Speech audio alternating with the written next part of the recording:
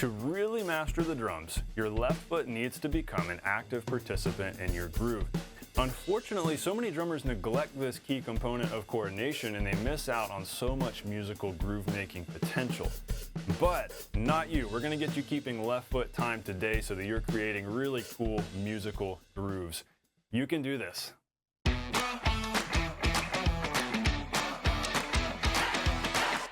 Hey, welcome to The Non-Glamorous Drummer. I'm so excited that you're hanging out today. I'm here to help you become the musical player who sounds awesome with a band and who others want to play with and play music with. And we do this by teaching you the core non-glamorous skills that help you get results faster. And hey, if you're new to the drums, if you are a beginner, and even if you're not a total beginner, this is probably going to really help you out too. But especially if you're a beginner, I have a free gift for you. If you have ever struggled with playing the ideas you hear in your head, where you hear a type of groove, you hear a part from a favorite song, but you just have a hard time actually playing it, that's probably because you lack four-way coordination. When you don't have four-way coordination, everything on the drums is tedious and difficult, and everything takes longer to learn because you're having to work harder, you feel like your brain is maxed out, there's not enough bandwidth, you're having to think too hard and try too hard. But with four-way coordination, everything is easier, everything is more fun, and you can learn anything new much more quickly. I want you to have that four-way coordination. I hope you do too. So I have a free PDF e-guide for you. This is totally free. It's just a PDF, shows you exactly what to practice. It's called 30 Days to Four-Way Rock Coordination. This is really cool because day by day, it's literally just a step-by-step. Whether or not it takes you 30 days, that's not the point. It's step-by-step. Here's what to practice today, here's what to work on next, and after that. And what I hear from student after student is by the time you get to like days 10, 12, 15, that's where the magic really starts to happen and you really start to feel those results and you feel like you can use all of your limbs in what you play. You start to achieve freedom on the kit. You can do that too. Go grab the guide, it's a total no-brainer. All right, on with today's lesson. The challenge that we have all dealt with at some point or are dealing with right now is getting that left foot to at least keep time but also become an active participant in grooves. I remember getting to a place in my playing where I was building some basic coordination. I was probably in high school or college, and I started noticing so many pro drummers who were just keeping time with their left foot. Like they were playing tom grooves and different stuff around the kit, but the hi-hats were just continuing to chick, and I would hear that on recordings too.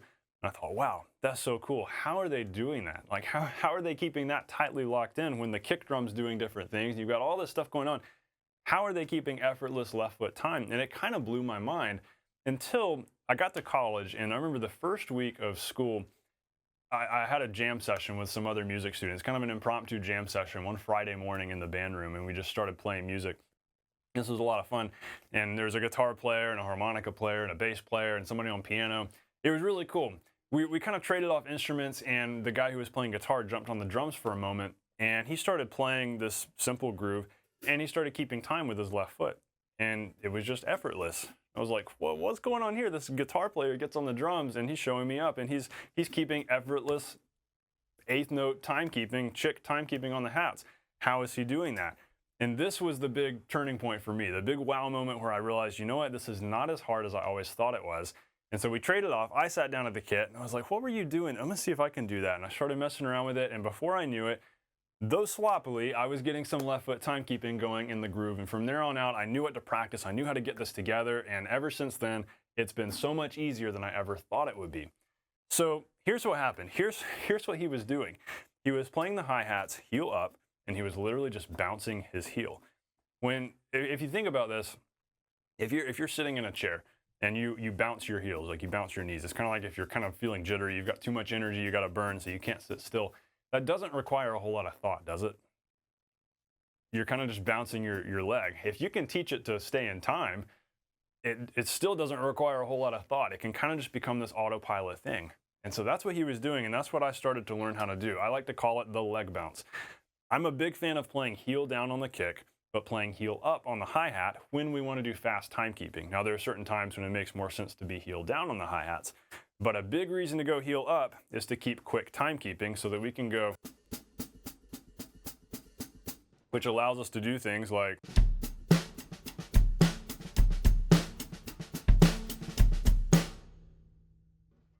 And it's just effortless like that because I'm not having to think really about what my left foot's doing. I'm just bouncing and it's happening. That's what I want to help you do. That's what I want to break down for you in more detail and help you tie into your other grooves. So without further ado, let's get into the nitty-gritty of this and how we can do this leg bounce, how we can build this into our coordination so that we're actually able to use it in songs and tie our grooves together, because this gives you the power to keep time and keep things steady and in the pocket while playing random tom grooves. And that can be helpful for band leaders. I've played in church for years. That's where I first started playing. And I played with worship leaders who really benefited from seeing my hi-hat moving. I could be playing a tom groove over here, but the hi-hat was keeping the time, and so singers could see that, hear that, and stay more locked in. And so it's a really cool visual cue for guitar players too. Just keeping everybody locked in with you, tying the band together, tying your groove together. Not to mention, you can do a lot of cool musical stuff with this, kind of beyond where we're going today in this particular lesson, but this gives you a superpower to really take your groove to the next level. If you're going from 3-way coordination to 4-way coordination, there's a huge difference in what you are now able to do on the kit. So it's going to be a lot of fun. Step 1 here, this is really just a 2-step action step. And there's also a step 3 that's sort of a bonus. And I'm going to tell you about that when we get there. But step 1 is just practice bouncing your heel with your toes on the floor. So what I want you to think about, you don't even have to have your foot on the pedal for this. Have your big toe planted. So I'm going to take my shoe off here. If you've got your big toe on the floor and you just bounce up and down, that means your heel is moving up and down, which means your knee is moving up and down. So your whole leg is moving, but notice how my toe is not leaving the floor. That is literally, that's the motion. We're not going like this, because if you're doing that, things are sloppy and out of control. You've always got to have something in contact with the foot plate. Same is true over here for the kick drum. We never want to leave the pedal.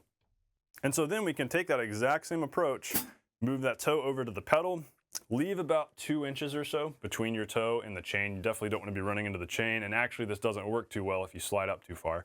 So give yourself some space and practice just doing that, just moving up and down. You can also practice this motion more from the ball of your foot, like this. I don't know the anatomy terms. Some of you out there know these things a lot better than I do. You can move from this part of your foot, as you see right here, or you can move from your toe. You can figure out which feels better to you and which gives you the better result. The reason why I give you these options, I like to lift from my big toe. I have really big toes, and it feels natural to me to go like this. However, if this makes more sense to you, you can do this. But most likely, I think you're going to get the more precise chicks. You're going to be able to go a little quicker and just have more precision on the pedal going like this. So literally just sit here, bouncing your heel up and down. You've got your toe there. I'm going to put my shoe back on. These house shoes are great, by the way, because they have really good grip, but the soles are thin. And so that way I can feel the pedals, but my feet don't slide around.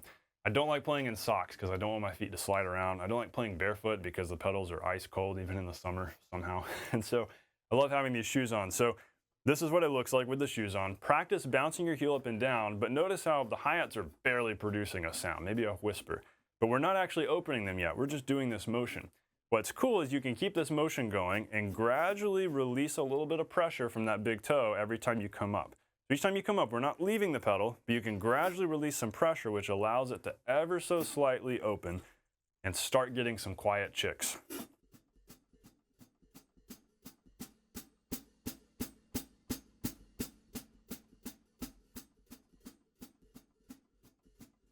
And so practice doing that over and over again for minutes at a time, just getting the hang of that. How does that feel? We're not trying to go really fast, just a reasonable, relaxed tempo here. The next step though, and this is the critical one, because what good is any of this if we can't apply this left foot leg bounce into what we're playing? This next step is important, and this is where a lot of people get tripped up because it's hard to coordinate the left foot with everything else. And so many drummers start this and kind of start pushing into this because they're excited about it. And then they back off and they're like, oh, wow, that's hard, keeping this going while playing over here. Well, now I'm suddenly limited. Like I can't do as much over here with these 3 limbs because now I'm trying to keep this one up. How about I'll just leave that out? That way I can play what I want to play.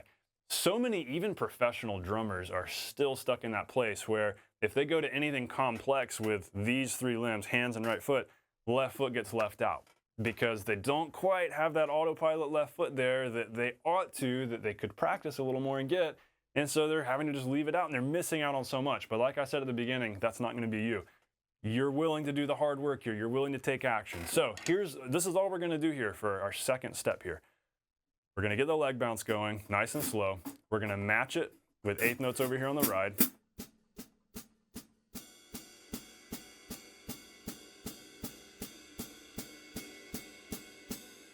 Get that feeling good, and then add in kick on 1 and 3, snare on 2 and 4. Simple money beat.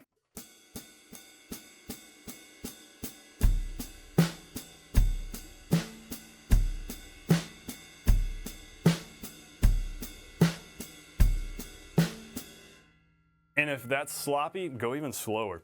Yeah, the leg bounce works well fast, but you can also go slower with this.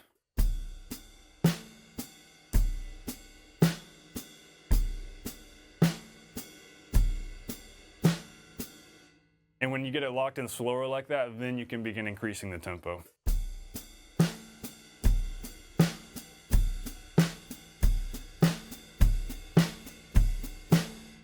But remember, precision over speed. Precision is so important. Coordination is built at slow tempos. Go as slow as you need to.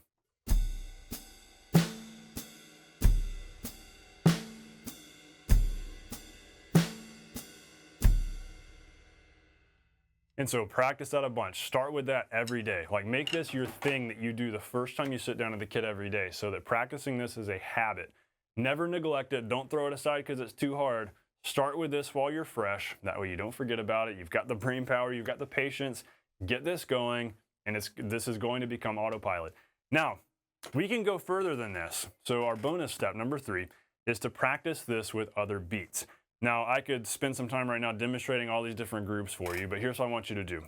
2 things. 1, download the notation PDF. So I've created a notation guide to accompany this lesson where you can see what we just played written out. If you're one of those visual people, you like to see the notation, you can see money beat with the left foot chicks. Those are the 8th note X's across the bottom of the staff, just like how we have the symbol on the top of the staff. And so you can practice that way. If you don't know how to read notation, you'll catch on very quick. It's very simple and logical, especially with drum beats like this. And so it'll make a lot of sense.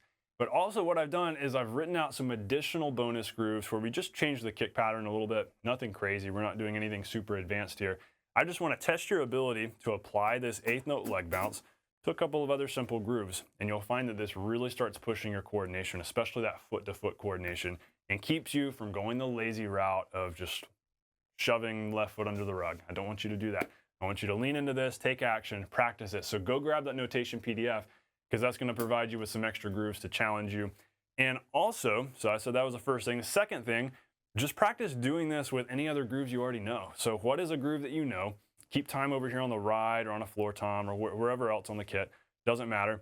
But what other kick snare pattern do you know? And can you practice bringing that left foot in? If you already know, let's say this groove right here.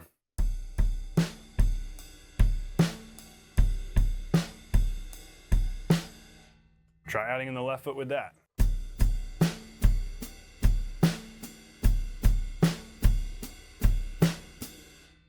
Or let's say you've been working on more advanced grooves like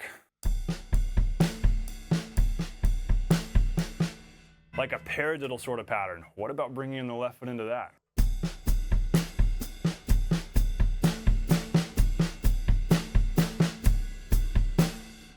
That'll really create a cool challenge for you. And so push yourself to do these things. Push yourself to really lean in to attaching left foot 8th notes, left foot leg bounce into these kick snare patterns. And you're going to be amazed at how your brain is really able to expand. And that's going to help you out a lot. And hey, also, I was telling you about that 30 days to 4-way rock coordination guide earlier. You can take the left foot leg bounce and apply that to any of the grooves in the guide. Also in that guide, we do things very step by step in sort of a linear fashion where we'll add one new thing to each groove so that you're never overwhelmed.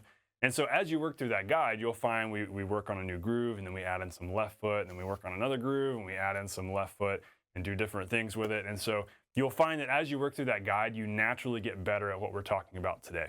And what we've covered in this lesson will help you with some of the things in the guide. So these two things work together. Grab the notation PDF, grab the 30 days to 4-way rock coordination guide.